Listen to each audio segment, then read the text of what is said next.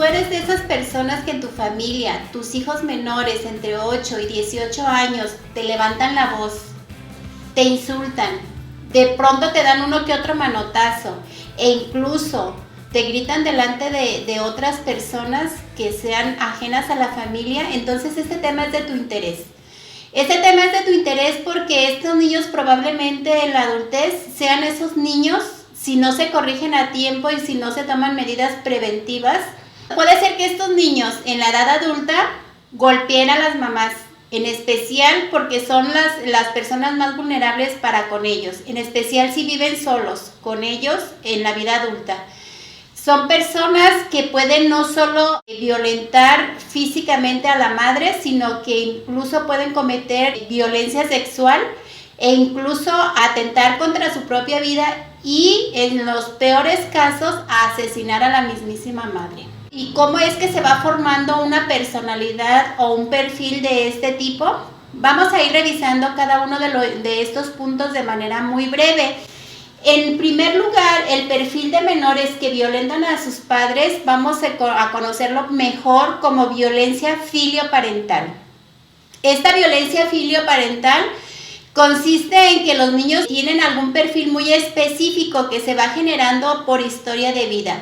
Uno de ellos es que son menores con altos niveles de agresividad, es decir, al contener la energía que se está generando propia para una acción, pudiéramos decir que este tipo de niños son de carácter o de personalidad introvertida, son muy callados de más, por eso es que logran contener energía, no la expresan, no la liberan y la terminan liberando a través de violencia generalmente.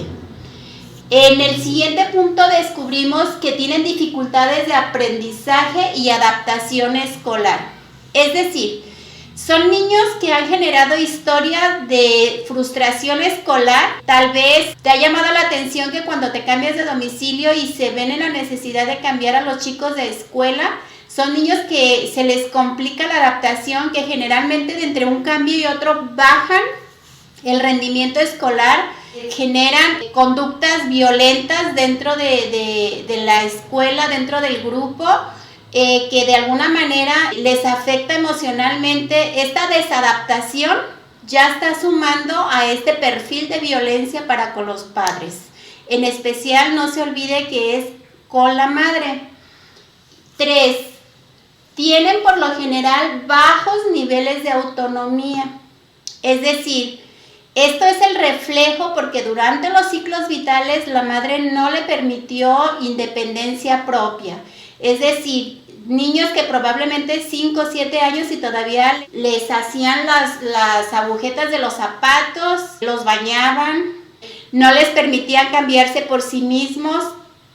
Toda esta incapacidad de autonomía se empieza a ver reflejada porque entonces el niño empieza a tener una codependencia. No se olvide que estamos hablando principalmente con la figura materna y entonces esta codependencia tiene mayor exigencia de acompañamiento a la figura materna con respecto al niño y cuando no siente que se está sustentando esta necesidad o esta normodemandancia, entonces el niño empieza a violentar a la mamá. Primero, no se olvide que son gritos y después pueden aparecer los golpes. El siguiente punto es que tienen una baja autoestima y una falta de empatía. No se olvide que por autoestima vamos a contemplar toda una suma de factores o de elementos que incluyen el autoconcepto, la autoevaluación, la autoaceptación y más adelante una autotrascendencia. Sin embargo, nos vamos a quedar con los primeros 3 conceptos. En el autoconocimiento son personas que por tener esta codependencia figuran personalidades simbióticas a la madre. Y por personalidades simbióticas me voy a referir a un apego fuera de lo común, que incluso hay ocasiones que la mamá se ve en la necesidad de, si va a ir al baño, se lleva al niño al baño para que no llore. Tienen cero tolerancia a la frustración, tienen un nivel de exigencia muy elevado por parte de los propios padres hacia el menor sin contemplar su ciclo vital y este nivel de autoexigencia elevado impide que ellos tengan una propia autoevaluación sana, porque entonces constantemente están siendo comparados con otros de sus hermanos, con otros de sus amigos o con los hijos de algunos vecinos. Y bueno, no se olvide que la falta de empatía tiene que ver, y vamos a referirnos en específico con la empatía, es saber detectar la necesidad y el sentimiento que se está viviendo. Por lo tanto, en la autoaceptación, no se olvide que son niños que no saben expresar sus emociones por su personalidad introvertida y su falta de socialización o apatía social. Entonces, si concretamos todos estos elementos, son niños que completamente pueden hacer daño a un animal, a otro niño de su edad, y difícilmente van a generar culpa o van a generar remordimiento.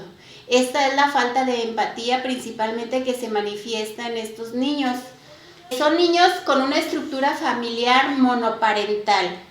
Es decir, principalmente se da en aquellos casos de separación o de divorcio, y que uno de los dos padres solamente está criando al hijo menor o a la hija menor. Esto quiere decir que se va a aumentar más la posibilidad en la medida que el cuidador de ese niño en lo futuro le hable mal de la parte opuesta o del otro progenitor en cuestión. Todos estos elementos, cuando los vamos sumando, recordemos que van a derivar mucho en una orden de la fatria. Y por fatria no se olvide que es el conjunto de los hermanos o el total de los hermanos dentro del sistema familiar.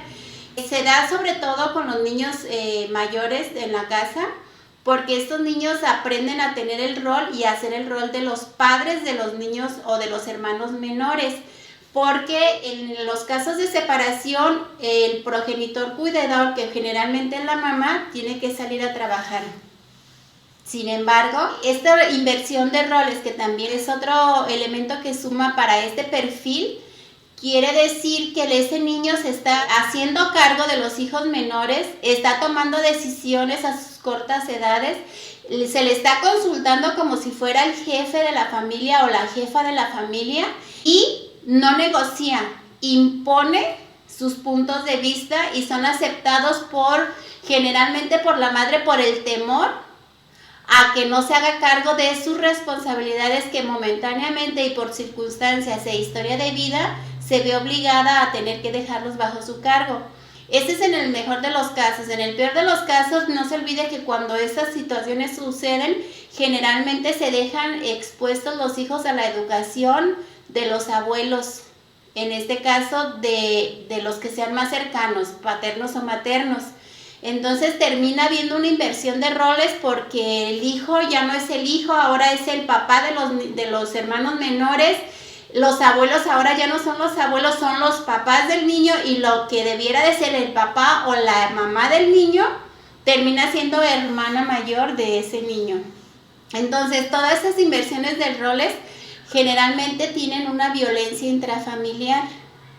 Por un lado se está violentando la imposición, y no se olvide que desde la estructura de constelaciones familiares y la teoría freudiana decimos que cuando se gana poder se pierde destino. Es decir, al asumir esta inversión de roles, sí se va a ganar poder, porque va a tener más voz y voto, va a tener imposición, va a tener mando y va a tener poder, pero va a perder la posibilidad de tener el cariño de una madre, de tener el cariño de un hermano, porque entonces va a tener el cariño y la admiración como si fuera él el verdadero jefe de la familia o el padre de la familia, ¿no?